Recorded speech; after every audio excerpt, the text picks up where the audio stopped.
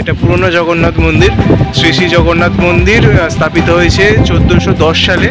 দেখতে পাচ্ছ মুষলধারে কিন্তু বৃষ্টি শুরু হয়েছে দীঘাতে এখন। আর দীঘার জগন্নাথ মন্দিরে একদম সামনের পোর্শনের কাজগুলো এখন চলছে। এই হোটেলগুলোর একদিনের যে ভাড়া সেগুলো হচ্ছে টুম্পা হোটেল অ্যান্ড রেস্টুরেন্ট। এখানেই আজকে আমরা খাওয়া দাওয়াটা করছি। সবজি পাতে দেখতে পেলেন আমাদের এত কিছু দিল, তবে এখনো শেষ পাতে আছে চাটনি, পাঁপড়, এগুলো আছে।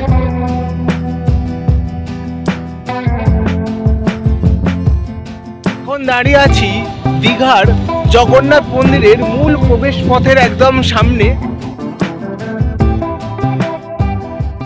Hello guys, good morning, welcome to Sanjit creation 250। আমার এই চ্যানেলের আরও একটি নতুন ভিডিওতে তোমাদেরকে ওয়েলকাম জানাই। আজকে আমার ডেস্টিনেশন বা গন্তব্য হচ্ছে দীঘা। আজকে আমি এখন দীঘায় যাচ্ছি এবং দীঘার A to Z ডিটেলস আজকের এই ভিডিওতে পেয়ে যাবে। মানে কিভাবে কম খরচায় যাবে, দীঘাতে কী কী দেখার জিনিস আছে, দীঘার নতুন জগন্নাথ মন্দিরের কাজ কতদূর, এই সমস্ত ডিটেলসগুলো তোমরা পেয়ে যাবে। আমি এখন হাওড়া স্টেশনের খুব কাছে আছি। হাওড়া থেকে আমি দীঘায় যাচ্ছি এবং আমি যদি একটু ঘুরিয়ে ক্যামেরাটা দেখাই, এই যে দেখা যাচ্ছে আমার পেছনে ব্যাকগ্রাউন্ডে হাওড়া ব্রিজ। তো আমি এখন যাব হাওড়া স্টেশনে, গিয়ে টিকিট কাটবো, কোন ট্রেন ধরে দীঘাতে যাচ্ছি, কিভাবে যাচ্ছি, পুরোটাই কিন্তু আজকের এই ভিডিওতে তোমাদেরকে দেখাবো। ভিডিওটা একটু বড় হবে, কেননা সব রকম ডিটেলস আমি তোমাদেরকে দেবো। তো একটু তোমরা ধৈর্য সহকারে দেখো, আশা করি ভিডিওটা তোমাদের ভালো লাগবে। তো এই হচ্ছে আমাদের টিকিট। হাওড়া থেকে দীঘা লোকাল ট্রেনে যাব, 45 টাকা ভাড়া পড়লো। তবে আমরা ট্রেন কিন্তু চেঞ্জ করব। আচ্ছা, এখন কিন্তু স্টেশনের ড্যাশবোর্ডের সামনে আমরা এখন চলে এসেছি। এখানে আমরা প্রথমেই দেখে নেবো আমাদের ট্রেনটি কত নম্বর প্ল্যাটফর্মে দিয়েছে। এই যে একদম শেষে দেখা যাচ্ছে হাওড়া থেকে পাঁশকুড়া লোকাল ট্রেনটি 12 নম্বর প্ল্যাটফর্মে দিয়েছে এবং এটি ছাড়বে হচ্ছে 7টা 50-এ। তো আমরা হাওড়া থেকে প্রথমে যাব পাঁশকুড়ায়। তোমাদেরকে প্রথমেই জানিয়ে রাখি, হাওড়া থেকে তোমরা যদি দীঘাতে লোকাল ট্রেনে যাও তাহলে তোমাদেরকে কিন্তু দুটো ট্রেন ধরতে হবে।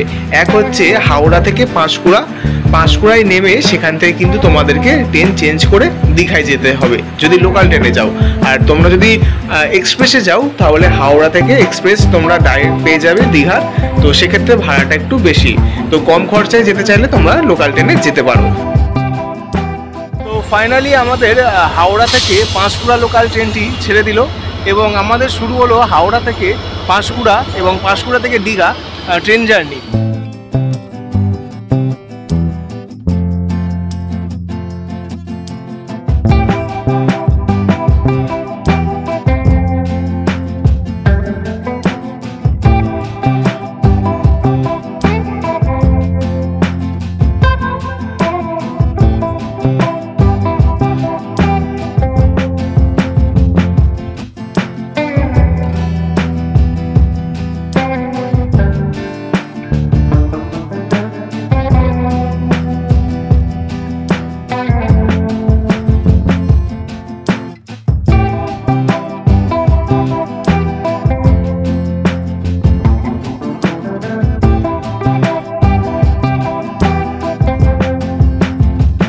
ফাইনালি এখন চলে এলাম পাঁশকুড়া স্টেশনে এবং হাওড়া থেকে আমাদের এই পাঁশকুড়া স্টেশনে আসতে লোকাল ট্রেনে সময় লাগলো 1 ঘন্টা 40 মিনিট এবং এখন এই পাঁশকুড়া স্টেশনে নামলাম।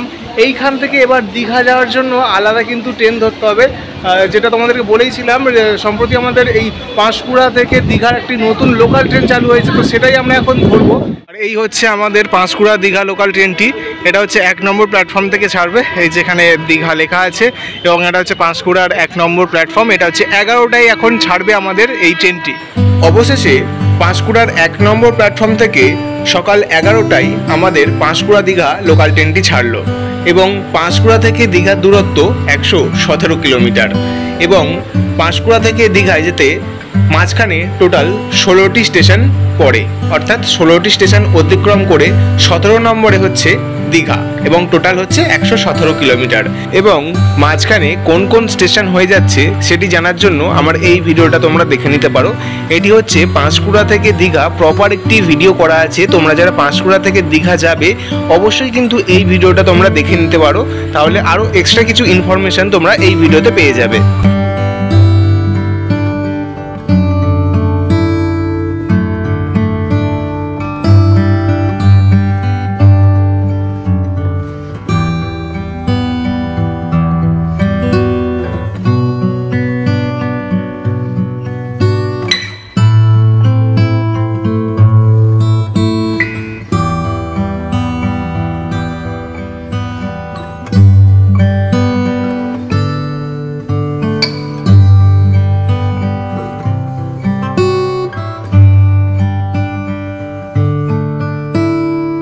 ফাইনালি ঢুকে গেলাম দীঘা স্টেশনে। আপাতত ফাঁকাই আছে দীঘা স্টেশন।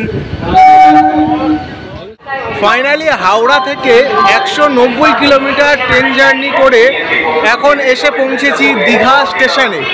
এই হচ্ছে আমাদের দীঘা স্টেশন প্ল্যাটফর্ম থেকেই তোমরা যদি দেখো জগন্নাথ মন্দিরটা কিন্তু দেখা যাচ্ছে। আর এই হচ্ছে আমাদের দীঘা স্টেশনের একদম ফ্রন্ট। এখানে হচ্ছে টিকিট কাউন্টার আছে, এখানে পানীয় জল আছে, এখানে জল কিনতেও তোমরা পারবে। আর এই হচ্ছে দীঘা স্টেশনের একদম বাইরের অংশটা। এইটা হচ্ছে স্টেশন, আর বাইরে দেখতে পাচ্ছেন প্রচুর বড় একটা ফাঁকা জায়গা কিন্তু আছে। আর তোমরা যদি এখান থেকে কোথাও যাও তো গাড়ি এখান থেকে টোটো, অটো, আরও রিক্সা আরও পেয়ে যাবে, যেটা এই স্টেশন থেকে মানে এইখান থেকে বেরোলেই তোমরা সেটা পেয়ে যাবে। আমি দেখাচ্ছি একটু সামনে গিয়ে। এই যে দীঘা এখানে লেখা আছে, এখান থেকে বেরোলেই তোমরা পাবে টোটো স্ট্যান্ড, অটো স্ট্যান্ড, বাস, এইসব গাড়ি তোমরা পেয়ে যাবে এখান থেকে। আর দীঘাতে এসে প্রথমেই আমরা দুপুরের লাঞ্চটা সেরে নেবো। মানে আমরা তো অনেক সকাল সকাল বেরিয়েছি, তোমাদেরকে দেখালাম কটায় বেরিয়েছি, তো সেরকম কিছু খেয়ে আসা হয়নি বাড়ি থেকে। তো তাই দীঘাতে এসে প্রথমেই আমরা এখানে লাঞ্চ করব। এবং এখানে কোথায় আমরা খাওয়া দাওয়া করছি, এখানে খাওয়া দাওয়ার খরচ কত, মানে সবজি ভাত থেকে শুরু করে মাছ ভাত, এগুলোর কীরকম কী প্রাইসে এই দীঘাতে তোমরা খাবে তারও একটি ভিডিও আমি তোমাদেরকে দেখাচ্ছি। মানে আমরা যে হোটেলে খাবো সেটারই একটা ভিডিও করছি, তোমরা দেখো। দীঘা স্টেশন থেকে কিছুটা বেরিয়ে এই রাস্তা ধরে হেঁটে এলেই তোমরা এখানে পাবে টুম্পা হোটেল অ্যান্ড রেস্টুরেন্ট। এখানেই আজকে আমরা খাওয়া দাওয়াটা করছি। তো এখানে খাওয়া দাওয়ার তালিকাটা একটু তোমাদেরকে দেখাই। টুম্পা হোটেলের যে আইটেমগুলো আছে খাওয়া দাওয়ার, সেগুলো এখানে হচ্ছে চার্ট ওয়াইজ দেওয়া আছে, একটু দেখে নেবে। আর এই হোটেলে আমরা যেটা খাওয়া দাওয়া করছি সেটা হচ্ছে সবজি ভাত। এখানে সবজি ভাতে টোটাল 6 রকমের আইটেম আছে এবং টোটাল নিয়ে হচ্ছে আমাদের 60 টাকা করে প্লেট পড়ছে। সবজি ভাতের 60 টাকা প্লেট এবং মাছ ভাতের হচ্ছে 80 টাকা প্লেট। এবং সবজি ভাতে বা মাছ ভাতে যদি তোমরা এক্সট্রা ভাত নাও, মানে একবার ভাত শেষ হয়ে যাওয়ার পর তোমরা যদি এক্সট্রা ভাত নাও, সেক্ষেত্রে কিন্তু কোনো এক্সট্রা পয়সা দিতে লাগে না। ভাত কিংবা সবজি এগুলো নিলে কিন্তু এক্সট্রা কোনো পয়সা দিতে লাগে না।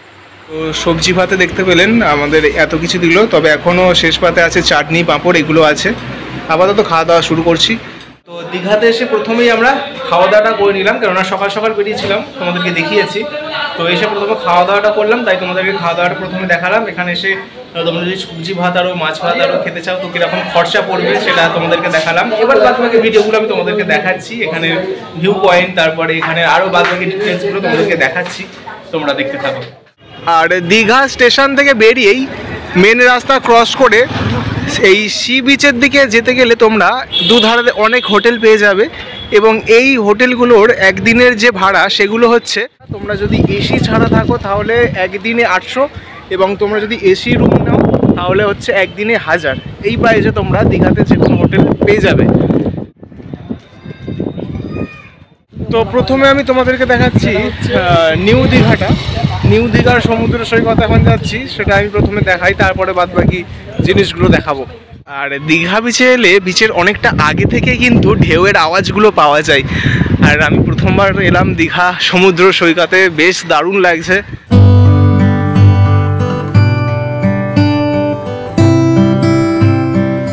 এখন কিন্তু দাঁড়িয়ে আছি দীঘা সমুদ্র সৈকতের একদম ধারে।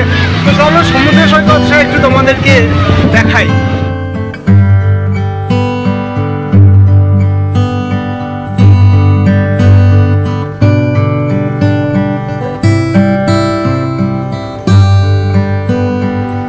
দেখতে পাচ্ছেন দীঘার সমুদ্র সৈকতটা, প্রচুর মানুষ। এখান থেকে দেখতে গেলে শুধু ওইদিকে লোকের মাথা দেখা যাচ্ছে। প্রচুর মানুষ কিন্তু আজকে স্নান করছে। আজকে নয়, প্রতিদিনই এখানে হাজার হাজার মানুষ, লাখ লাখ মানুষ কিন্তু আসেন এই দীঘা সমুদ্র সৈকত উপভোগ করতে, স্নান করতে, দীঘার এই ঢেউ উপভোগ করতে।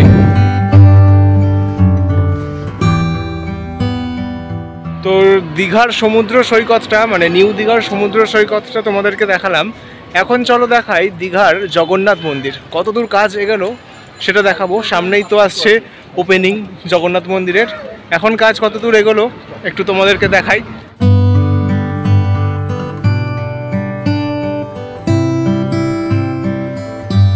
এই হচ্ছে দীঘার জগন্নাথ মন্দির। দেখতে পাচ্ছেন কাজ কিন্তু প্রায় শেষের দিকে। আগামী 30শে এপ্রিল হচ্ছে ওপেনিং আছে এই জগন্নাথ মন্দিরের, দীঘার জগন্নাথ মন্দির। এখন তো ভেতরে প্রবেশ নেই, তাই একটু দূর থেকেই তোমাদেরকে দেখালাম এখন কাজটা কত দূর এগিয়েছে। আর এই হচ্ছে জগন্নাথ মন্দিরের মূল প্রবেশপথ।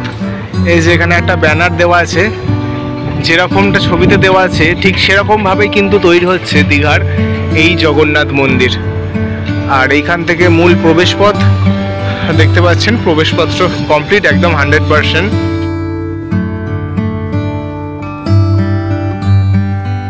আর গেট তো এখন বন্ধ, ভেতরে ঢোকা যাবে না।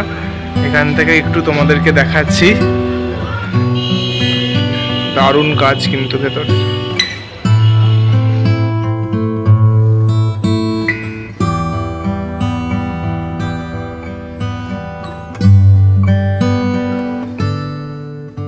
আর দীঘার জগন্নাথ মন্দিরে একদম সামনের পোর্শনের কাজগুলো এখন চলছে, পেছনের ওই সব কাজ হয়ে গেছে।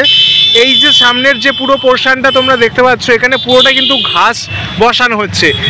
সাইডে দেখতে পাচ্ছেন এই যে সবুজ সবুজ ঘাস, এগুলো কিন্তু একে একে পুরোটা বিছিয়ে বিছিয়ে আসছে এবং এখানে কোনো কার্পেট নয়, এগুলো কিন্তু সত্যি ঘাস কিন্তু এখানে বসানো হচ্ছে। আর এটা কিন্তু পুরোটা হবে, এই পুরো মাঠটা জুড়েই কিন্তু ঘাসগুলো বসানো হবে। আর যদি সামনেটাই দেখাই, এই যে এখান থেকে কিন্তু পুরো ব্যারিকেড দেওয়া হচ্ছে এই ধরনের লোহার গ্রিল দিয়ে, পুরো চারদিকে ঘিরেই কিন্তু এই টোটাল ব্যারিকেডটা দেওয়া হবে। শুধু এই সামনের পোর্শনের কাজটাই বাকি আছে, বাদবাকি ওইদিকে তো সব ব্যারিকেড দেওয়া হয়ে গেছে। এই ধরনের গ্রিল দিয়ে কিন্তু এখানে ব্যারিকেডগুলো দেওয়া হচ্ছে। দীঘা সমুদ্র সৈকতের কাছের যে হাসপাতাল সেটা হচ্ছে এটা দীঘা রাজ্য সাধারণ হাসপাতাল, দীঘা পূর্ব মেদিনীপুর। এটা হচ্ছে একদম সমুদ্র সৈকতের ধারের হাসপাতাল, যেটা এখান থেকে গেলেই সোজা সমুদ্র সৈকত। আর এইটা হচ্ছে হাসপাতালের মূল প্রবেশপথ। দীঘার যে সমুদ্র সৈকত তার পাশেও আছে একটি জগন্নাথ মন্দির। এটা পুরনো জগন্নাথ মন্দির, শ্রী শ্রী জগন্নাথ মন্দির স্থাপিত হয়েছে 1410 সালে। এবং ওপরে দেখতে পাচ্ছেন বজরংবলী আছে, তারপরে শিব ঠাকুর আছে, রাধাকৃষ্ণ আছে এবং আছে বিষ্ণু। আর শিবের যে এখানটায় মূর্তিটা করা হয়েছে, এটা হচ্ছে সতীর দেহত্যাগের মুহূর্তটাকে তুলে ধরা হয়েছে। আর নিচে তো জগন্নাথ দেব, তারপরে গঙ্গা দেবী মা, রাধাকৃষ্ণের মূর্তি আছে। এই হচ্ছে জগন্নাথ দেব, বলরাম, সুভদ্রা। আর আজকে দীঘার ওয়েদারটা কিন্তু একটু খারাপ হচ্ছে, দেখতে পাচ্ছেন ওইদিকে কিন্তু মেঘ জমেছে, কালো মেঘ আস্তে আস্তে থেকে যাচ্ছে, হয়তো আজকে বৃষ্টিটা হবে।